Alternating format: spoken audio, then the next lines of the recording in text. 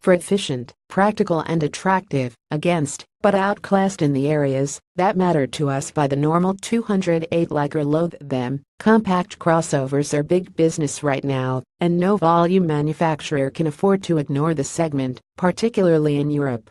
Peugeot has been in the game for a few years now, having launched the 208 base 2008 in 2013, but the class has become even more competitive since then. For us though, being in the right place at the right time isn't quite enough. The 2008 needs to impress on the road. And with Peugeot enjoying something of a purple patch right now with its dedicated drivers' cars, the 208 GTI by Peugeot Sport and 308 GTI are both fantastic fun. It's reasonable to expect some talent from the volume models too. If you're looking for affordable family fun, does the 2008 deliver? In brief, yes and no.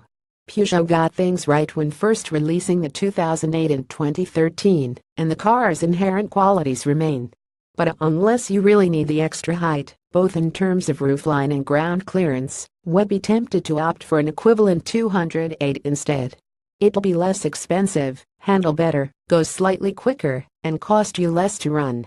Image 2 of 8 Peugeot 2008 in detail performance and 0-60 miles per hour time. Top-end petrol and diesel models are reasonably brisk, but there's no dedicated performance model here. Engine and gearbox mix of 3-cylinder petrol and 4-pot diesels, with 5 and 6-speed manuals and a 6-speed automatic. Right-hand handling surprisingly able, with good levels of grip and body control and quick, accurate steering through Peugeot's no familiar small diameter steering wheel. MPG and running costs on paper economy is exceptionally high. Not so easy to match in the real world, but the 2008 is still a frugal car. Interior and tech-eye cockpit layout is becoming more familiar, and the cabin is comfortable and spacious, but premium feel is let down in a few areas. Design. Despite being long in the tooth, the 2008's design has not dated too badly. It definitely lacks the cool factor of its newer 3008 sibling though.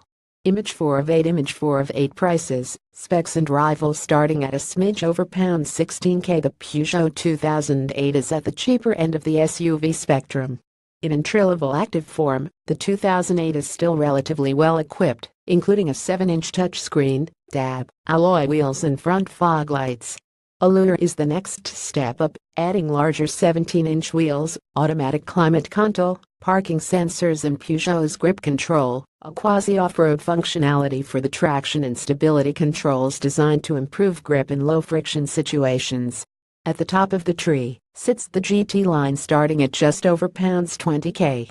For the extra cash, the 2008 includes a bunch of worthy inclusions, including full 3D sat-nav, reverse camera, a panoramic glass roof and upgraded interior trim.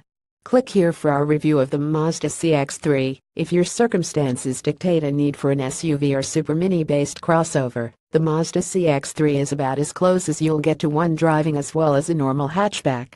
Priced from around £19,000, the Mazda is a more expensive option, especially if you match equipment levels against the 2008, but the direct gearbox and sorted handling compromise make it the best of an average bunch when it comes to driving thrills. Image 5 of 8 Nissan's Juke is still popular, and also offers a pretty tasty Nismo RS variant, but the Juke is feeling especially tired, having been on sale for the best part of 7 years now. VW's upcoming truck is sure to throw a spanner into the works, but will likely be priced even higher than the Peugeot. Meanwhile, the Citroën C3 Aircross, Honda HR-V and Renault Captur are all newer, more practical and worth a look in. In reality though, at £20,000 buys you a lot of mid-sized family hatch with cars like the Skoda Octavia and Seat Leon, instantly making the crossovers like the 2008 look overpriced and lacking substance.